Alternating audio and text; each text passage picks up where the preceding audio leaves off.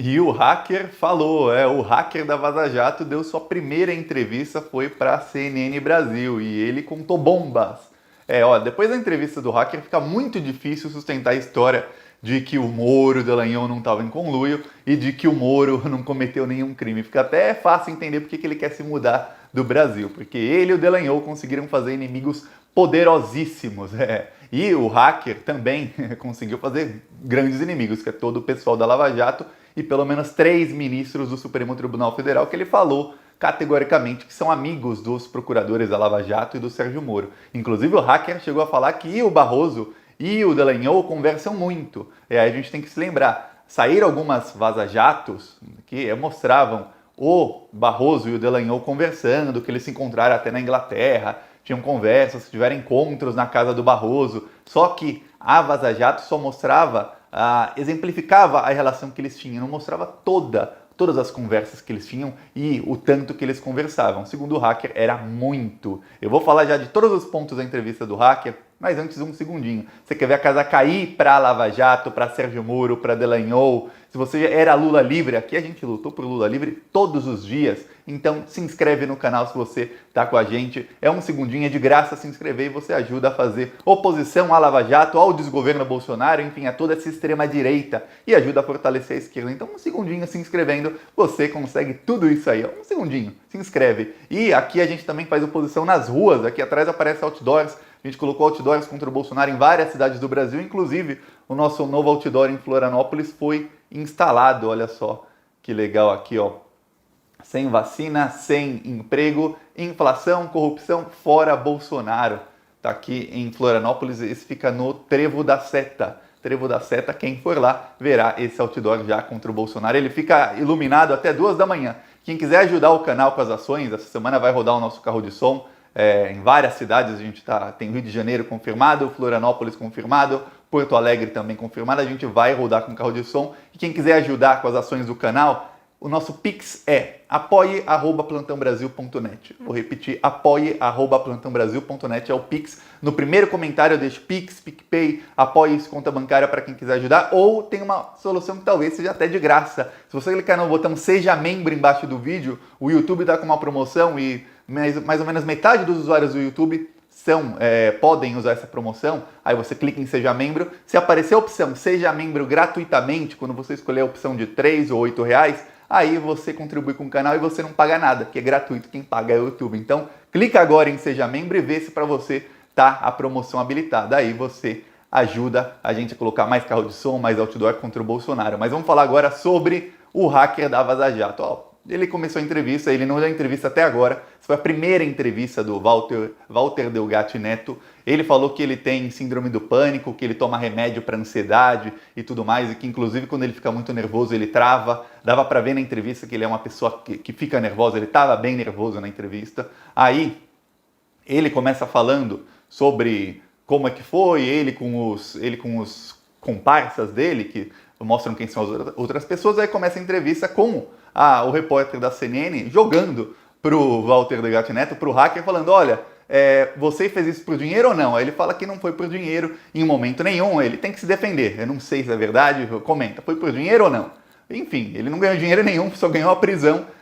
Aí ele fala que ele queria era justiça, mas a CNN mostra que os outros envolvidos tiveram movimentações bancárias muito altas, 1 milhão durante um ano, mais ou menos. Só que tem uma coisa, a CNN não mostra do que eles movimentaram 1 milhão de reais. Era uma pessoa que tinha dinheiro e que recebeu negócios da empresa dele, aí não tem nada a ver com um negócio de hacker. Se a investigação acha que eles movimentaram tanto dinheiro porque eles vendiam informações para alguém, aí a investigação deveria pegar os sigilos deles, que já tem, e investigar isso. Aí a CNN especula, é o que o jornalista gosta de fazer. Aí a parte principal é quando o hacker fala que o pessoal da Lava Jato, os procuradores, queriam prender o Gilmar Mendes e o Dias Toffoli. O hacker é perguntado, eles queriam prender ministro do Supremo? Ele falou, eu não acho que eles queriam sim. E aí ele afirma categoricamente, e se a gente ligar o que ele fala, o hacker fala que os procuradores conversavam muito sobre investigar o Gilmar Mendes e colocar o Gilmar Mendes e o Dias Toffoli na prisão. Eles queriam o impeachment do Gilmar Mendes.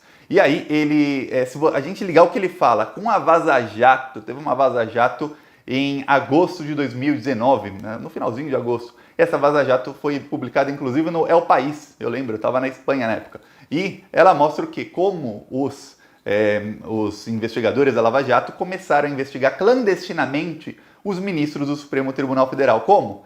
Eles acharam a conta do Paulo Preto. Paulo Preto, para quem não sabe, é o operador de propina do PSDB. Quem diz isso não sou eu, é o Ministério Público Federal, e aí não é uma investigação não, são várias. Operador de propina do Serra, Alckmin, Aloysio Nunes, um monte de gente ligada a ele. Tá, o Paulo Preto é aquele que tinha mais de 120 milhões na Suíça. Esse é o Paulo Preto. Aí, tá. Eles começaram a achar ligações do Gilmar Mendes com o Paulo Preto. Como? Boatos. O Dallagnol escutou um boato de que tinha uma ligação do Gilmar Mendes com o Paulo Preto. Ele falou, ó, correm boatos.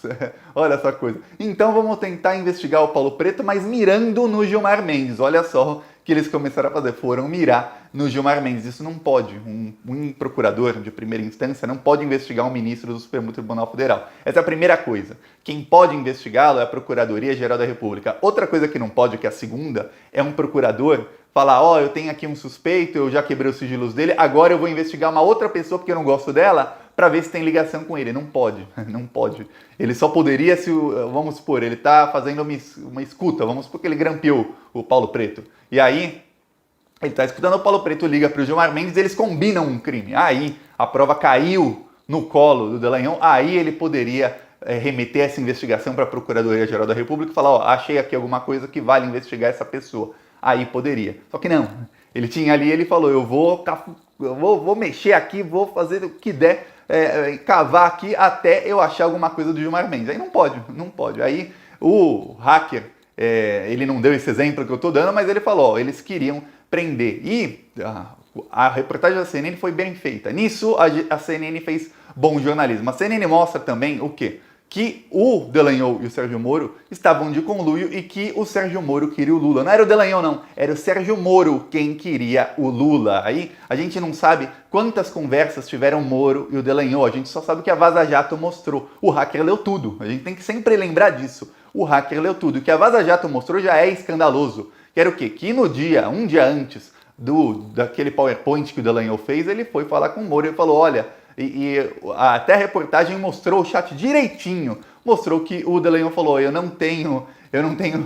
praticamente eu não tenho prova de que há uma correlação entre o enriquecimento do Lula e a Petrobras, ou seja, se não houvesse ligação entre a Petrobras e qualquer coisa com o Lula ou com o processo do Triplex teria que ser remetido para a Lava Jato de São Paulo. Por quê? Porque na Lava Jato de Curitiba só corriam processos que têm a ver com a Petrobras. Isso é outro crime do Dallagnol e do Moro, que é o crime de prevaricação. Eles sabiam de alguma coisa, mas eles resolveram mentir. É mais ou menos isso. Porque eles queriam o processo do Lula ali em Curitiba. Como? A Vaza Jato também mostrou, e aí a reportagem da CNN não mostra com todos esses detalhes. É por isso que eu estou fazendo o vídeo aqui. A Vaza Jato mostrou, na primeira Vaza Jato, o quê? Que eles sabiam que o processo não tinha nada a ver com a Petrobras, mas eles mentiram para a justiça porque a Lava Jato de Curitiba e a Lava Jato de São Paulo travaram uma briga 5 anos atrás, 2015, 2016, travaram uma briga muito, muito forte nos tribunais porque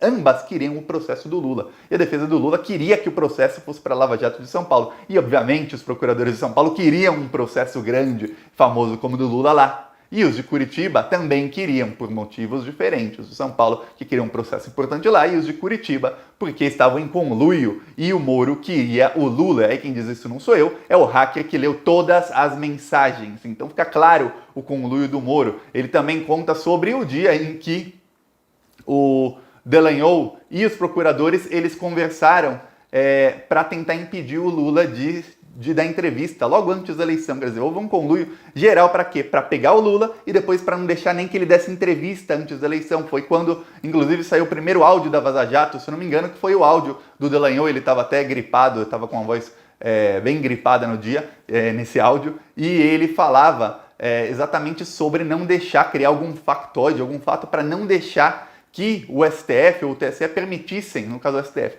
permitissem que o Lula desse entrevista para a Folha há uma semana ou 2 semanas da eleição. E aí eles fizeram de tudo e deu certo, porque o Lula não deu entrevista para a Folha. Só para ver como tem gente que fala, as instituições estão funcionando, no Brasil, esse pessoal é alarmista, as instituições funcionaram tanto que rasgaram a lei para instituir a censura prévia que desde a ditadura não existia, para que o Lula não pudesse dar entrevista antes da eleição. Por quê? Porque, segundo o senhor Deltan Dallagnol, e essa parte, inclusive, a reportagem da CNN mostra, o Dallagnol falou, ó, se o Lula der uma coletiva, tem uma boa chance do Haddad ganhar a eleição. E é óbvio que tinha uma chance enorme do Haddad ganhar a eleição se todo o povo soubesse que ele era o candidato do Lula, porque o Lula era o candidato que ganharia no primeiro turno, no primeiro turno. Então, dessa vez, a CNN fez ótimo jornalismo. No final, tem uma parte em que o hacker, ele dá uma deslizada, bem deslizada. Por quê? Porque ele diz que a Manuela Dávila,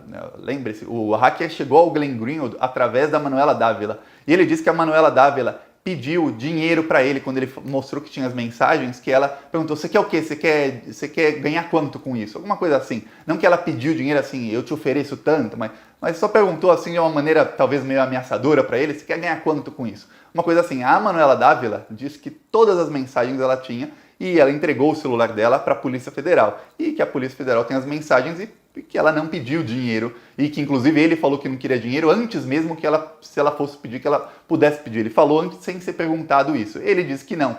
Pode ser que ele tenha se lembrado errado, que faz muito tempo que ele não tem mais as mensagens, ou ele deslizou nessa. Mas o hacker depois, no fim, ele fala que ele começou a fazer isso porque essa versão é contestada pela investigação. Ele inocenta o Glenn umas 1000 vezes, fala que o Sérgio Moro odeia quando ele faz isso, mas ele inocenta o Glenn umas 1000 vezes, e aí depois ele fala que ele começou a fazer isso porque ele foi preso injustamente por tráfico de drogas.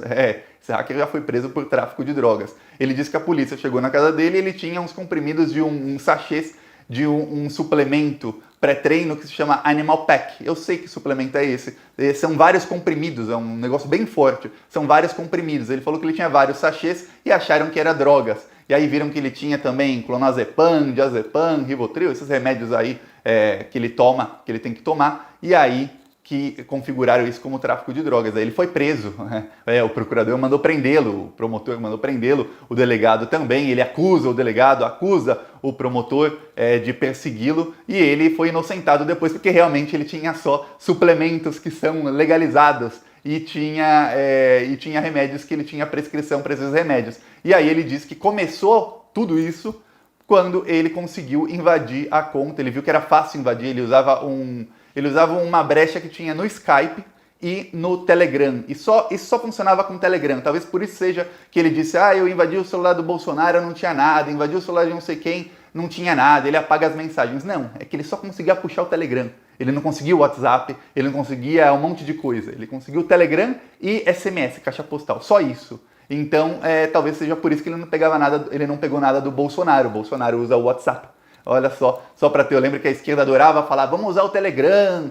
Tá aí, ó, o pessoal do Telegram foi hackeado por um cara que nem era hacker. Ele não era hacker antes disso. Só para que se saiba disso, ele não era hacker, ok? Ele não é como o hacker que hackeou o STJ, que até agora não pegaram. Aquele é um hacker de verdade. Esse não era hacker, ele descobriu uma brecha e ele conseguiu. E aí ele disse que começou com esse promotor, não encontrou nada, mas a partir disso ele resolveu ver pessoas famosas, tudo mais, aí depois ele começou a ver autoridades, e inclusive ele disse que começou a ver o Deltan Dallagnol quando ele viu o Dallagnol falar das 10 medidas contra a corrupção. Ele falou, eu vou ver quem esse cara está investigando para ver os crimes dessa pessoa. Imagina o Dallagnol falar, estou investigando o Temer. Ele até deu exemplo, o Temer. Aí eu vou ver o celular do Temer, eu vou ver qual crime, eu vou ver o que foi, eu vou falar, e eu vou poder falar pro pessoal, fulano vai ser preso antes. Aí ele poderia dar furos pra mídia, alguma coisa assim. Ele falou que essa era a ideia dele quando foi ver o Dallagnol. Se é ou não, comenta aí, você acredita nele ou não? Eu, Thiago, não sei, mas tá aí a versão do hacker. E só uma coisinha, que é a melhor parte, que o Sérgio Moro vai ter problemas. Quando ele diz que o pessoal queria prender ministro da STF, ele não inocenta o Moro nisso não. Ele fala, o pessoal todo da Lava Jato. E aí ele expõe as relações de uma maneira que muita gente, que eu jamais vi, muita gente pode falar que é a primeira vez na história, e talvez seja mesmo, ele expõe as relações de ministros do STF, no caso do Barroso principalmente, com procuradores e coisas legais, como por exemplo o Barroso dando para o Dallagnol, falando, Dallagnol, faz isso e isso no processo contra o Lula, faz isso e isso na sua peça. Coisa ilegal. Eu acho que nunca nenhum, se você lembra de alguma vez na história, comenta aí, nunca nenhum ministro do STF foi foi tão exposto assim em toda a história da Suprema Corte. E quando ele faz isso, ele ganha inimigos poderosos, o hacker, que são três: Fachin, Fux e Barroso. Mas, de outro lado, tem gente como Gilmar Mendes e tem gente que percebe, como o Dias Toffoli, tem gente que percebe o quê? Que esses três no STF e o pessoal da Lava Jato, o que eles queriam era dar um golpe pró-partido da Lava Jato. Eles queriam tirar todo mundo que fosse contra a Lava Jato e instituir. É uma forma de extrema-direita, instituir como se fosse o lavajatismo no Brasil. É isso, se gostou, curte, compartilha e se inscreve no canal. E eu queria dizer muito obrigado aos membros do canal que fizeram uma vaquinha para eu comprar um celular novo, porque o meu outro tava com um problema. E esse, ó, a câmera, tá até as cores eu consigo ver, tá tudo bem mais bonito. Agora não vai mais atrasar vídeo. Quando quiser fazer o vídeo, eu ligo o celular e faço. É isso. Que no outro, às vezes, a bateria tava com problema, aí não carregava. Ó, gente, às vezes era difícil vir aqui e fazer o vídeo. Então é isso. Falou!